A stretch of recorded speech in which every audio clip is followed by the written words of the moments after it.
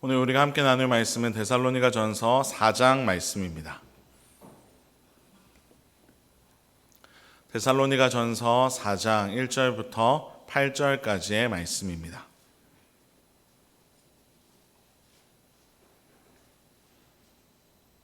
데살로니가 전서 4장 1절부터 8절까지의 말씀을 저와 성도님들이 한 절씩 교독하고 마지막 8절을 함께 읽도록 하겠습니다. 그러므로 형제들아, 우리가 끝으로 주 예수 안에서 너희에게 구하고 권면하노니 너희가 마땅히 어떻게 행하며 하나님을 기쁘시게 할 수 있는지를 우리에게 배웠으니 곧 너희가 행하는 바라 더욱 많이 힘쓰라. 우리가 주 예수로 말미암아 너희에게 무슨 명령으로 준 것을 너희가 아느니라. 하나님의 뜻은 이것이니 너희의 거룩함이라 곧 음란을 버리고 각각 거룩함과 존귀함으로 자기의 아내 대할 줄을 알고 하나님을 모르는 이방인과 같이 세욕을 따르지 말고 이 일에 분수를 넘어서 형제를 해하지 말라. 이는 우리가 너희에게 미리 말하고 증언한 것과 같이 이 모든 일에 주께서 신원하여 주심이라. 하나님이 우리를 부르심은 부정하게 하심이 아니요 거룩하게 하심이니 그러므로 저버리는 자는 사람을 저버림이 아니요 너희에게 그의 성령을 주신 하나님을 저버림이니라. 아멘. 함께 예배드리는 분들과 인사했으면 좋겠습니다. 함께 예배드림이 기쁨됩니다. 네, 한 번 더 인사하실 때 오후에 만나니 더 좋습니다 라고 인사하겠습니다. 오후에도 하나님의 은혜를 사모하며 이 자리에 모인 모든 성도님들에게 하나님께서 예비하신 은혜를 분명하게 부어주시리라 믿습니다. 저희 아들 이준이가 이제 어느새 20개월이 되었습니다. 이제 꽤 커서 그런지 이전까지와는 다르게 이제 말도 꽤나 알아듣고 대답도 잘 하면서 그 모습을 보는 게 참 저에게 큰 힘이 되고 즐거움이 되고 있습니다.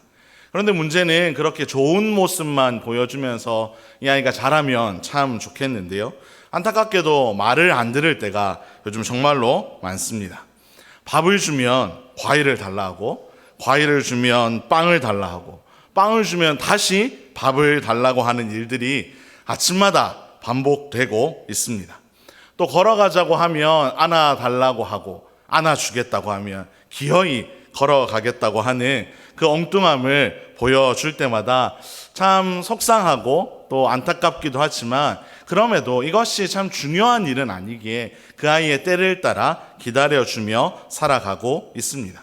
하지만 절대로 타협하지 않는 것도 있습니다. 바로 안전과 관련된 것들입니다.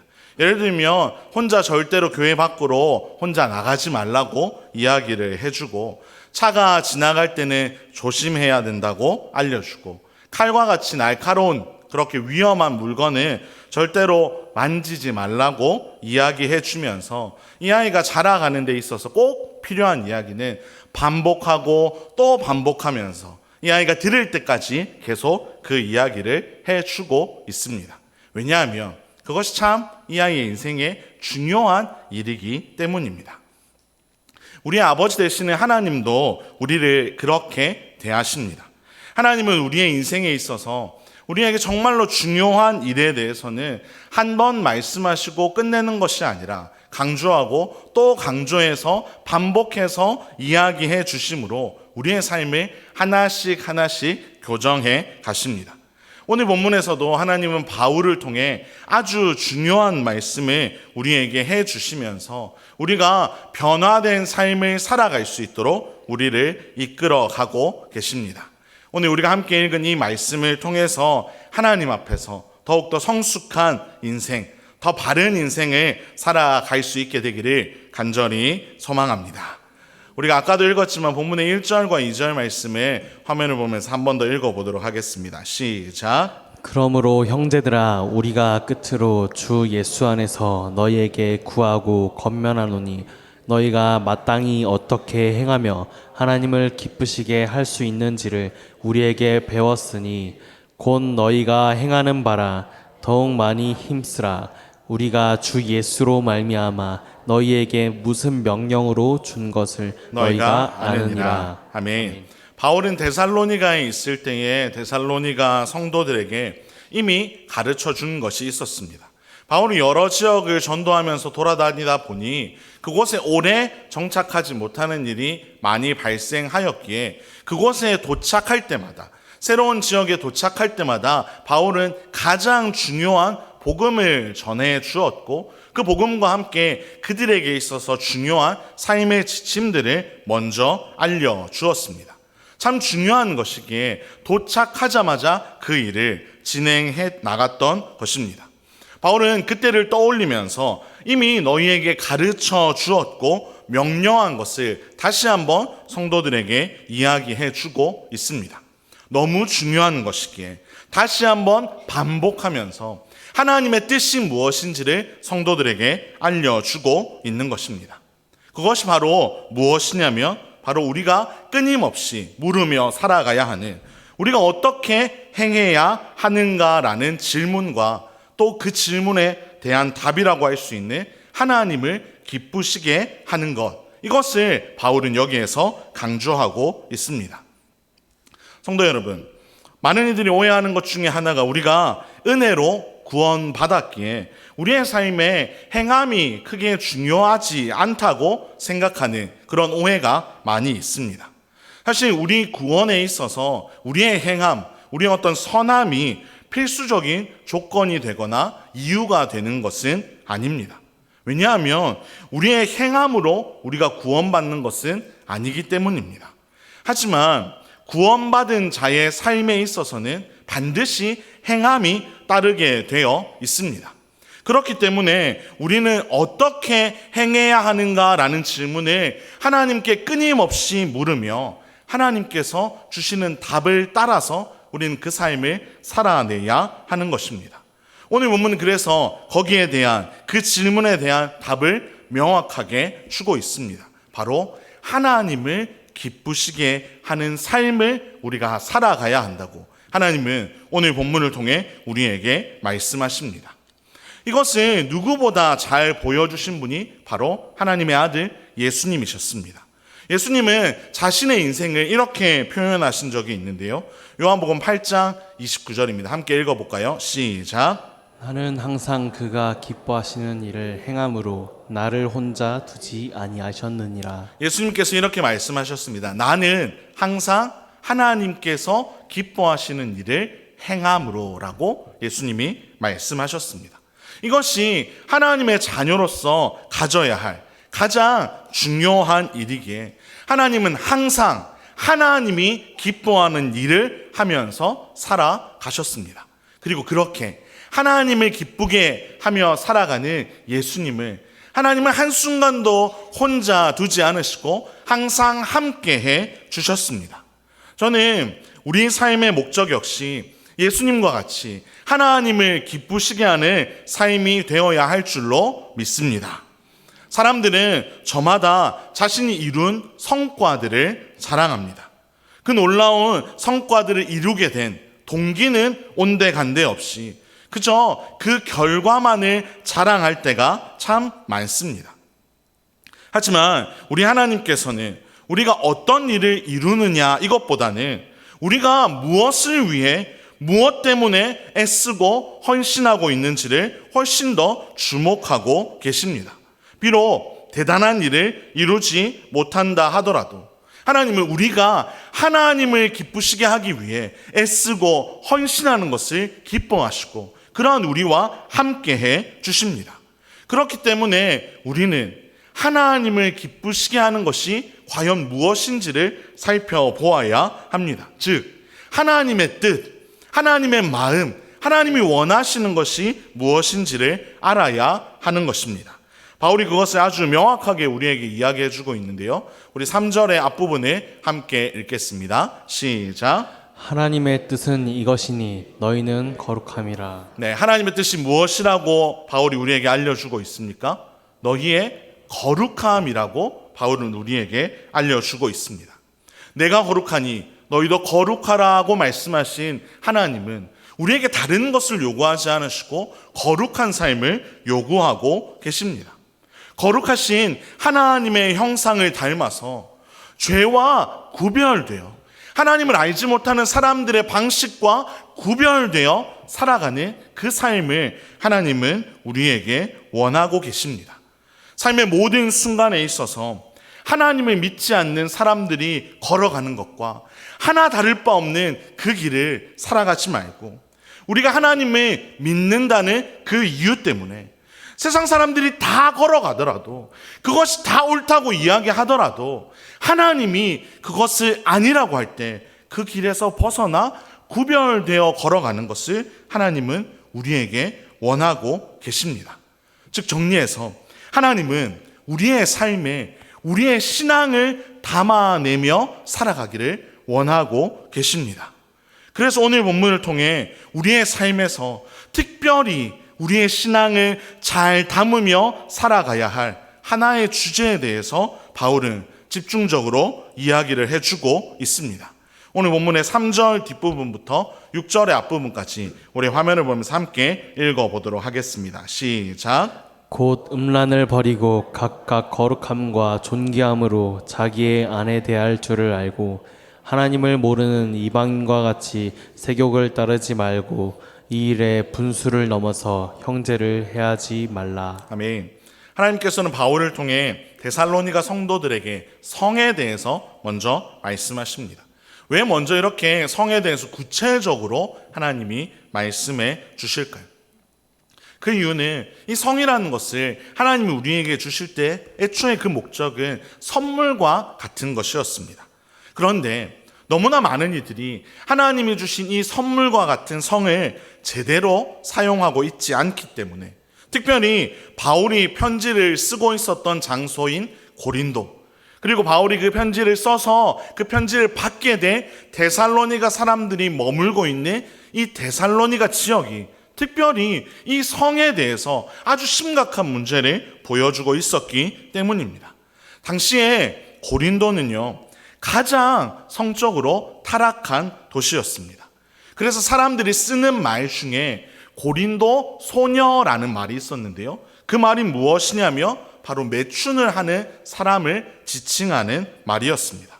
그러다 보니 그 당시에 야, 그 사람 이제 고린도 사람 다 되었네 라는 말은 고린도라는 지역에 잘 정착했다 이런 의미가 아니라, 이제 그 사람은 매춘에 푹 빠져있네, 그 사람은 성매매에 푹 빠져있네 라는 말을, 아, 이제 그 사람 고린도에 잘 정착했네 라는 그런 말로 바꾸어서 표현했던 것입니다. 바울은 그렇게 성적으로 문란 도시에 앉아서 데살로니가를 향해 편지를 쓰고 있었습니다. 그런데 안타까운 것은 데살로니가의 상황도 그리 다르지 않았다는 것입니다. 당시 로마 제국의 주요 도시들은 성적으로 매우 문란한 모습을 보여주었습니다. 적지 않은 사람들이 혼외, 결혼하지 않은 사람들과의 성관계를 매우 쉽게 생각했고요. 당시의 귀족들은 자신들의 어떤 지적인 것을 채우기 위해 그러한 대화를 나눌 수 있는 여자를 자신의 집에 고용해서 정부로 두기도 했습니다. 또 당시의 계급사회니 여종을 남자의 첩으로 두는 일도 참 많이 있었고요. 게다가 로마에서는 창녀 제도가 공식적으로 시행되고 있었기에 곳곳에서 성매매가 일어나고 있었습니다.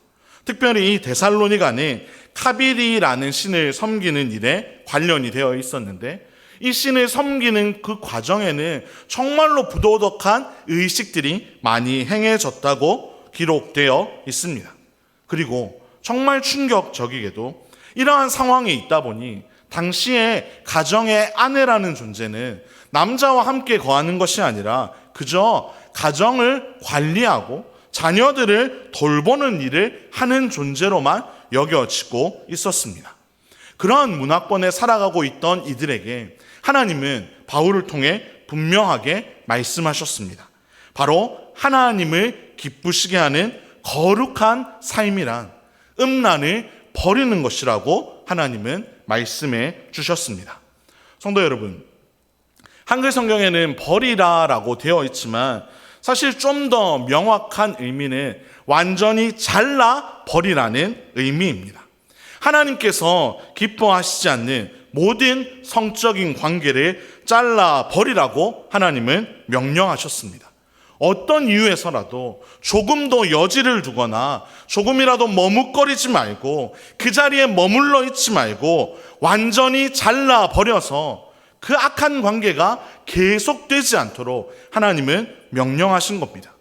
이 부분을 설교 준비하다가 문득 우리나라의 한 역사 이야기가 떠올랐습니다. 바로 김유신 이야기입니다. 여러분들이 아시다시피 김유신은 천관이라는 기생에게 푹 빠져 있었습니다. 그래서 그 기생의 집에 늘 드나들게 되었는데요. 그 모습을 한날 어머니가 발견하였습니다. 그리고 어머니가 호되게 김유신을 혼내었고 어머니 앞에서 내가 다시는 그 기생 집에 출입하지 않겠다고 다짐을 했습니다. 그런데 어느 날 김유신이 집으로 돌아가는 길에 술에 취해서 말에서 잠이 들었는데요. 말이 그 기생 집 앞으로 김유신을 데려간 겁니다. 이 김유신이 온 소리를 듣고 이 기생이 반가운 마음에 뛰어나와서 김유신을 맞이하였는데 그때 김유신이 말에서 내려서 한 행동이 뭔지 기억나십니까? 바로 말의 머리를 잘라버렸습니다. 그리고 안장을 그 자리에 둔 채 그곳을 떠나버린 것이었습니다. 물론 김유신이 말을 벤 의도가 하나님 앞에서 거룩함을 지키기 위함은 아니었지만 그가 다시는 기생에게 마음을 주지 않으려고 그가 했던 그 행동을 우리는 주목해 보아야 합니다. 말 그대로 오늘 본문에서 이야기한 것처럼 완전히 잘라버린 것이었습니다. 성도 여러분, 하나님께서 우리에게 이 염라를 버리라고 말씀하시는 것의 의미가 이것입니다. 하나님을 기쁘시게 하는 이 거룩한 삶을 살아가지 못하도록 방해하는 음란을 김유신이 말의 머리를 베어버렸던 것처럼 하나님은 완전히 잘라버리라고 우리에게 요구하고 계십니다. 이 시대를 살아가는 우리에게도 하나님은 동일하게 말씀하십니다. 음란을 잘라버리라고, 음란을 끊으라고 말씀하십니다. 주 안에서 주님의 부르심을 따라 살아가는 성도 여러분, 이 하나님의 단호한 명령 앞에서 주저하거나 고민하지 마시고 하나님의 명령에 온전히 순종하며 나아가시기를 간절히 소망합니다. 그렇다면 하나님이 우리에게 선물로 주신 이 성을 우리는 어떻게 사용하며 살아가야 할까요? 그것은 먼저 하나님이 우리에게 주신 성을 하나님께서 주신 범위, 즉 결혼 안에서 우리는 사용해야 합니다. 고린도와 데살로니가 지역도 참 문란한 지역이었지만 안타깝게도 요즘 우리가 살아가고 있는 이 시대, 대한민국을 포함한 세계 곳곳은 아마 그 시대와 맞먹을 만큼, 아니 훨씬 더 심하다고 여길 만큼 음란한 시대가 되었습니다. 하나님을 믿지 않는 사람들은 성이라는 것을 내 마음대로 할 수 있는 것이라고 생각합니다. 나를 즐겁게 해주고 나에게 쾌락을 주는 것이기에 대상을 상관하지 아니하고 나이와 성별과 방법을 상관하지 않고 내 마음대로 할 수 있는 것이라고 생각하며 살아가고 있습니다. 하지만 우리가 알고 있듯이 절대로 그렇지 않습니다. 하나님께서는 음란을 잘라버리라 라고 말씀하신 이후에 이렇게 말씀하셨습니다. 거룩함과 존귀함으로 아내를 대하라고 말씀하셨습니다. 당시의 사회가 이 남성 중심의 사회였기에 남자들에게 아내를 그렇게 대하라고 말씀하셨지만 아마 이 시대의 바울이 이 편지를 썼다면 남편들은 아내를, 아내들은 남편을 거룩함과 존귀함으로 대하라고 분명히 편지를 썼을 것입니다. 성도 여러분, 우린 나의 남편, 나의 아내가 아닌 그 어떤 대상과도 성적인 행위를 나눠서는 안 됩니다. 여러분 이것을 믿으십니까? 나아가 생각조차 하지 말아야 함을 꼭 기억하시기를 간절히 소망합니다. 하나님께서 맺어주신 부부는 이처럼 두 사람만이 누릴 수 있는 영역이 있습니다. 그 누구와도 나눌 수 없이 오직 부부끼리만 나눌 수 있는 복된 영역을 하나님은 준비해 주셨고, 오직 하나님이 주신 그 범위 안에서, 결혼 안에서만 성을 나누며 살아가도록 하나님 우리를 부르고 계십니다. 저와 여러분이 이 하나님의 부르심 앞에 온전히 순종하며 나아갈 수 있기를 간절히 소망합니다. 두 번째로, 하나님이 주신 성은 하나님이 허락하신 방식, 거룩함과 존귀함으로 사용되어야 합니다. 우리가 하나님이 주신 범위를 결혼이라고 듣자마자 우리 안에 이런 오해가 생길 수 있습니다. 그럼 결혼이란 관계 안에서는 내 마음대로 해도 되는 것일까? 하지만 그렇지 않습니다. 하나님은 그 방식까지도 우리에게 알려주셨습니다.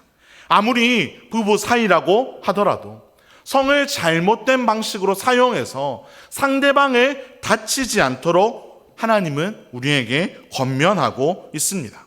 성도 여러분, 안타깝게도 이 시대의 수많은 사람들이 여기 성경에 나오는 표현처럼 이방인들이 세욕을 따르는 삶에는 상대방을 향한 존중이 없습니다. 그저 내 만족을 채우기 위한 수단으로 다른 이들을 사용합니다.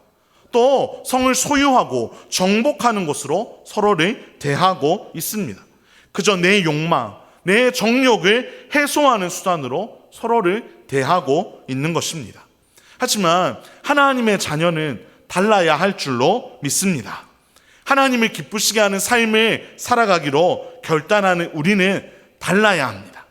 사랑하기 때문에 내 배우자를 존중하고, 사랑하기 때문에 내 배우자를 아껴주고, 사랑하기 때문에 내 배우자를 배려해 주며 살아가야 하는 것입니다. 성도 여러분, 이것을 꼭 기억하며 살아가시기를 간절히 소망합니다. 하나님은 우리에게 거룩함과 존귀함으로 하나님 안에서 이 성을 나누며 살아가라고 우리를 부르고 계십니다. 그러니 우리는 하나님께서 이렇게 복을 주시며 맺게 하신 이 결혼이란 관계를 그 누구도 섣불리 깨려고 해서는 안 됩니다.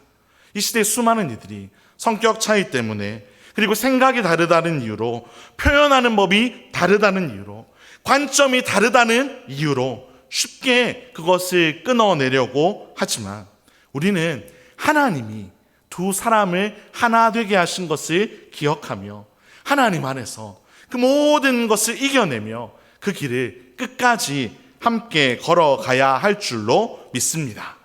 하나님이 우리에게 그 관계를 허락하신 건 이 연약한 우리가 서로를 통해, 너무나도 다르고 너무나도 우리를 괴롭게 하는 서로를 통해 우리를 더 하나님의 형상대로 빚어가기 위하시기 때문입니다.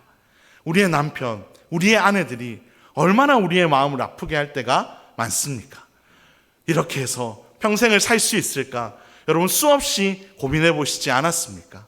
하지만 하나님이 우리에게 우리의 배우자를 주신 것은 그와 함께 살아감으로, 그와 함께 손잡고 하나님을 향해 걸어감으로 더욱더 하나님의 형상으로 빚어져 가도록 하나님은 우리에게 그 관계를 허락해 주셨음을 잊지 않으시기를 간절히 소망합니다. 이 설교를 준비하는데 공교롭게도 오늘이 저와 저희 아내의 6번째 결혼기념일입니다. 이 말씀을 준비하면서 얼마나 부담이 되고 찔렸는지 모릅니다.